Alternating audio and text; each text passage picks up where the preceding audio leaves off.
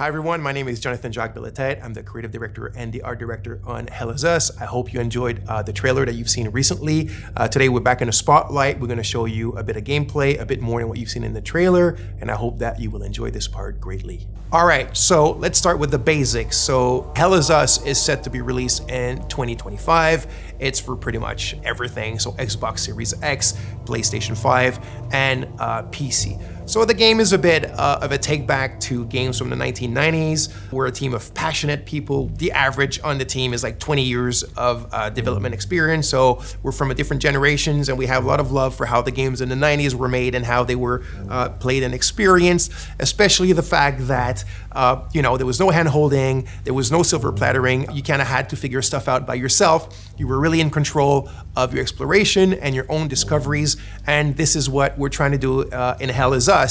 Obviously with modern flair and kind of like modern knowledge of game design and whatnot, but very much put you back in the driver's seat of your experience and of your exploration, and then the result and the joy of your discoveries. So Hell Is Us takes place in a country called Hadia. Hadia is in the grips of a vicious civil war. You play the role of Remy. Remy is actually from Hadia. He was born there, but his mom smuggled him out at the age of 5, like it sometimes happens in those countries. And what I mean by that is Hadia is a hermit state, is a turtle state. It's completely closed off on itself. Nobody goes out, nobody comes in. And that's why Remy's mom decided to smuggle him out so he can have a better life. He grew up in the foster home system, or the foster system in Canada. He's always wanted to come back to Hadia. He wants to find his parents again. He wants to kind of like confront them. He's got a lot of questions for them. He understands why they abandoned him, but yet, abandonment is pretty much the biggest trauma that a child can have.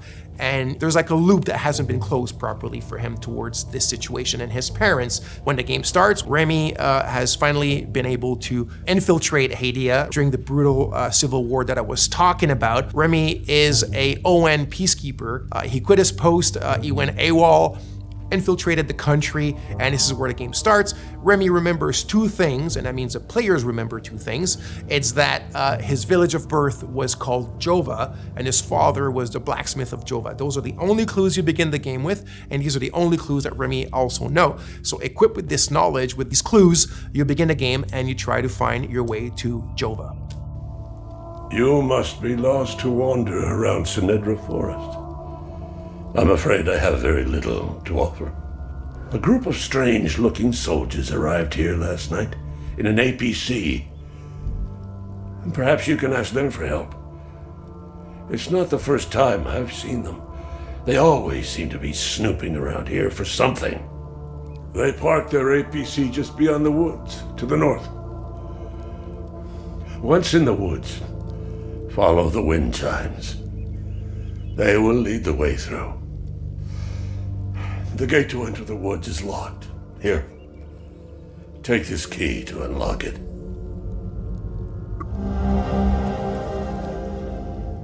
Okay, so let's talk about this design philosophy that I've mentioned earlier, which is, I said the word silver plattering, is something that I had been thinking about for quite a few years, and the team as well, which is, if you look at modern day or contemporary adventure games and RPGs, pretty much everything is given to you on a silver platter. What I mean by that is when you explore, everything appears in front of you. You have your compass on top of you that's like a sixth sense, like a magical sense that detects, all the caves and all the cool stuff around you and the towers and this and whatnot. It just appears magically. And you have your map, and you have your mini map, and you have your quest markers, and you have your objective markers, and you can drop your own markers, and you have your quest journals, and it just never ends. And if you think about it, what happens with that is that you're not truly exploring. You're just kind of like flying by wire, and when you find something, it's not really your discovery. It was kind of handed to you on a silver platter. So what you're looking at now is we're having a discussion with a bloke named Ernest Cadell. He's telling us certain information, and then he tells us it's quite far. You need to hitch a ride.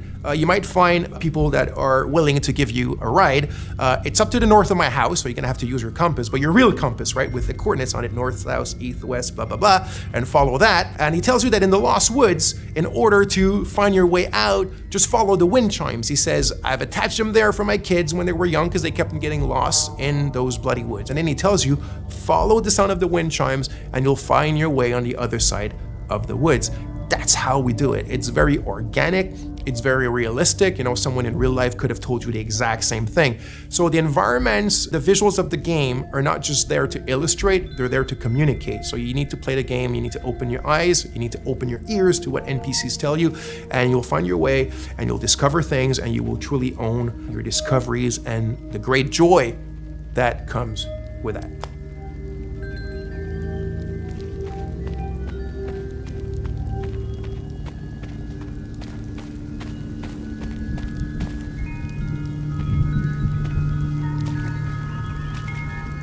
So here's another scene or another section that could be considered part of our player plattering philosophy. So here's a puzzle, and there's obviously a solution to the puzzle, but nothing eventually is going to tell you, you know, if the player ends up kind of like taking a bit of time to find a solution. There's not going to be any artificial kind of ways that are going to help him or tell him what to do. Remy's not going to start talking to himself, or i.e. talking to the player with, you know, little clues and whatever. It's really up to you to figure them out. And in the way that the player plattering is inserted in this, we have a good example here with your trusty drone named Cappy. By the way, you can tell now that Remy has his poncho and he has his sword and he has his drone. So it's after he's acquired them, right? Because at the beginning of the game, you saw he was not dressed like that. Now there's a reason why he ends up dressed like this. There's a reason why he needs these things, this equipment, but we don't need to get into these details today. So anyway, there's an ancient language in the country and you kind of find it throughout the game.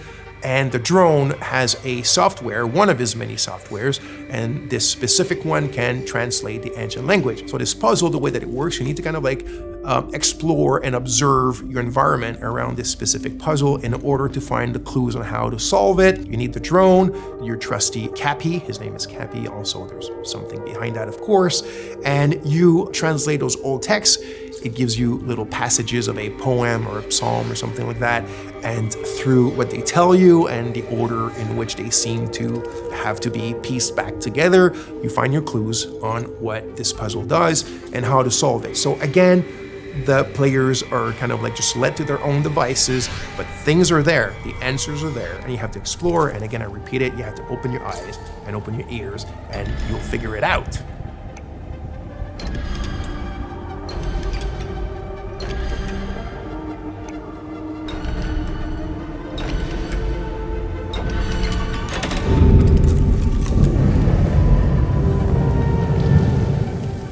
So by now, you've seen a lot of what I guess is like exploration and looking around and talking to people and doing puzzles and all that kind of sweet stuff.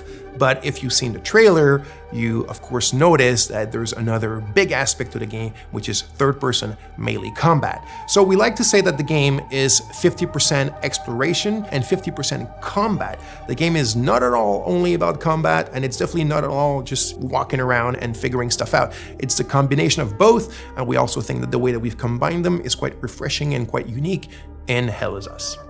So, like I said, combat is an integral part of the game. I do want to emphasize now that we're not a Souls-like game. The game is a lot more mid-core. It's have fun, get in it, and hack and slash. It doesn't mean it's easy. It's not overly hard. There's a learning curve, there's subtleties, there's little things that we've invented just for the flair and the flavor of Hell Is Us. It's very crunchy. I think the friction is pretty good, and I hope you'll enjoy it.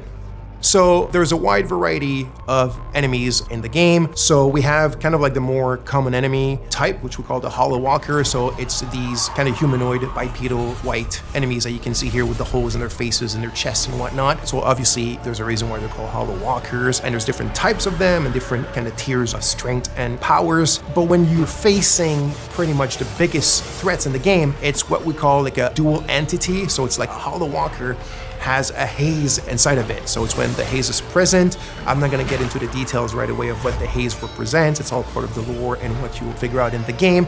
But when you're facing a combo like these dual entities, and it can go to like 3 of them, 4 of them, there's the herders, there's the fervents, and different types like that. But that's when you really need to master the combat system. That's when you start having to use all the tools and techniques at your disposal. The drone has tons of skills to upgrade it, and the drone is very much your little sidekick to help you in fighting multiple enemies at a time. He's not a sidekick in the sense where he talks and he has an AI. He's very much a drone that has its own protocol to do this crowd management during the combat. So you have your different weapons, you have your limbic skills, attack to weapons, which is basically you consider as your magic, even though in the game it's not considered magic, there's kind of like a scientific base to them. But that's when you really need to master all the little subtleties of the combat system, use all the tools in your arsenal and at your disposition, and get in the melee with these kind of dual or triple or quadruple entities and being able to manage them and be victorious.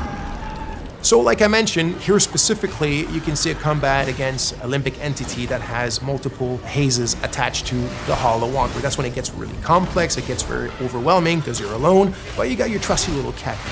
So you need to use its skill. So for example, Cappy has a skill where you can distract an entity, either a haze or a Hollow Walker. You can use the forward charge, which is one of my favorite. You also have the Typhoon. You have the super dash skill, which is another one of my favorites. So you can start dashing sideways, forward, backwards, really, really fast. It gives you like this Japanese action game style. And then you also have your limbic skill. So you need to find the glyphs in the game and you need to attach them to your weapons. And this is when you start getting powers that come from these weapons that allow you to take care of these enemies in much more powerful and kind of like impressive ways. That's when the VFX and the sound effects all come together and give you this combat bang that we all like and love.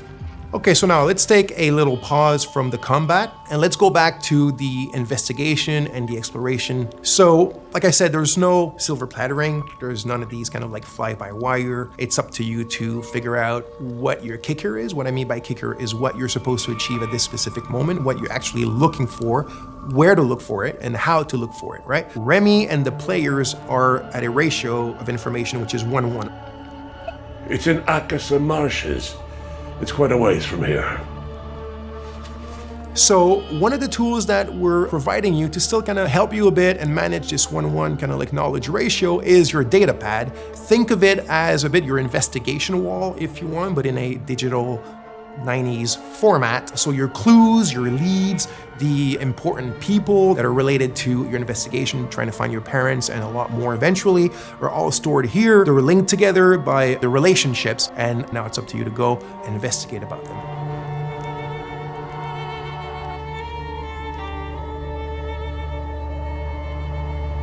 So as you can see here, some of the areas can be quite wide opened. This one here called the Casa Marshes is one of the bigger ones. And as I spoke quite a bit already, the game doesn't hold your hand or doesn't really tell you where to go. So out of your main leads or clues or ideas that you have in your head of what you're supposed to do or where you're supposed to go at any given moment, you will also be attracted by a lot of points of interest or just little things in the environment that pique your curiosity. And as you walk towards them or explore, that's when you'll start also making a ton of like peripheral or side discoveries on your own, things that you cannot solve right away, or things that you might think that there is a thing to be done with it when there's none, and it's all part of the fun stuff and the kind of like experience that we're providing in the game. So as you can see here, there's a tree with people that have been hung. Like I said, this takes place during a very vicious civil war between two different ethnicities in the countries that are still basically the exact same people. And you found this tree. It's actually not part of the Golden Path or not part of something tremendously important in the game, but there's still something around it. There's still something to be found, and it's probably linked to more stuff that you can do in relation to it. But that you had to do your own exploration to find it, and even more of your own exploration and investigation to figure out what it's linked to and what you can do from it if you want.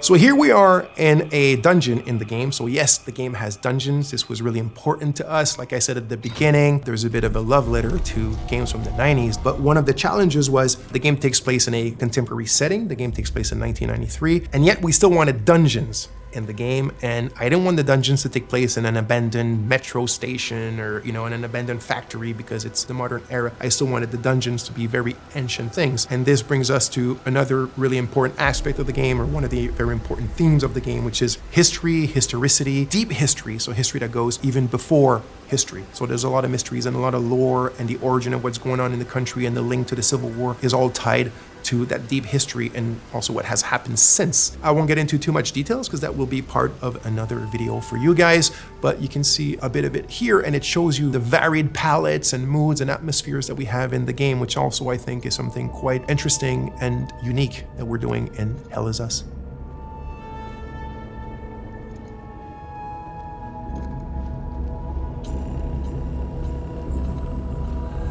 Thanks a lot. Thanks for being with us. I hope you enjoyed it. I'm extremely grateful to have you guys following us, the team as well. So just to repeat, the game Hell Is Us will be released in 2025 as Xbox Series, PlayStation 5, and PC. And there's a lot more coming soon about the game. This is just the beginning. We'll explain other aspects of it and get into sometimes a bit of the minutia. So stay tuned and speak to you soon. Thank you.